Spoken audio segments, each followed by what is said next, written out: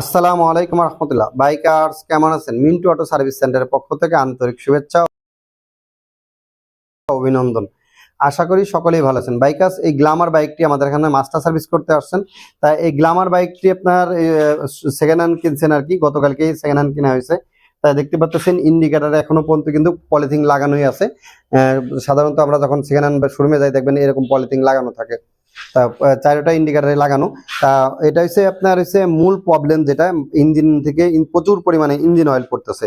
তা engine oil আপনার পড়তেছে, ইঞ্জিনের তলাটা যদি দেখায় আপনাদের, যে ইঞ্জিনের তলায় কি পরিমাণে ভিজে আর কি, আপনারা দেখতে পাচ্ছেন।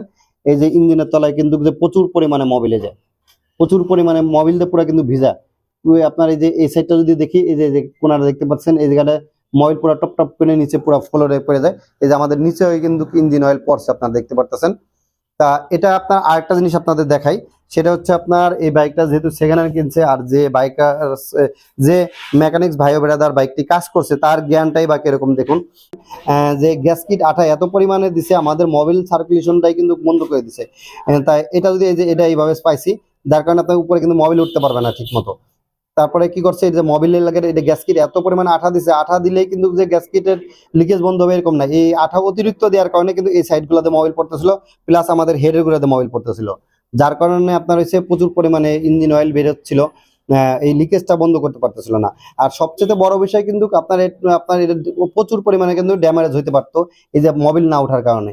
তা যখনই আপনারা সেকেন্ড হ্যান্ড একটি বাইক কিনবেন না কেন, অতি পুরাতন বাইক কিনবেন না। দেখতে পাচ্ছেন এটা কিন্তু অনেক পুরাতন একটি বাইক। যদি মিটারের সাইডটা একটু যদি আপনাদের দেখাই, যে মিটারের সাইডটা দেখতে পাচ্ছেন এই জায়গাটা কি অবস্থা, আপনার পুরা একদম ধ্বজা ভাঙ্গার মতো আর কি এই অবস্থা। এটা কিন্তু অতি পুরাতন একটি বাইক আপনার। তাই এরকম পুরাতন বাইক যদি আমরা কিনি, তাহলে কিন্তু আপনার খরচের কোনো সীমা নাই। আজ এটা, কাইলে এটা, পরশু এটা, তরশু এটা, এটা লাগবে। এই জন্য যখনই আপনারা সেকেন্ড হ্যান্ড বাইক কিনবেন না কেন, অবশ্যই 2 টাকা বেশি হইলেও ফ্রেশ বাইক কিনবেন আপনার। আর এটা তো হচ্ছে কোনো কথাই নাই যে ইঞ্জিন অয়েলটা বের হচ্ছে এটা। তা যে কোনো, আবারও বলতেছি, যে কোনো মেকানিক্স ভাই ব্রাদার আপনারা যখনই কাজ করবেন না কেন, যাতে আপনার আমাদের এরকম ইঞ্জিনের আঠা আপনারা না দেন।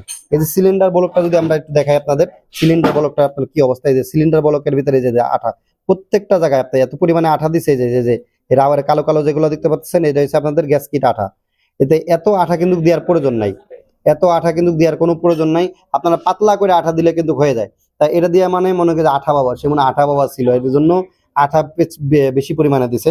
তা বাইকার ভাই ব্রাদার, তো ভালো থাকবেন, সুস্থ থাকবেন।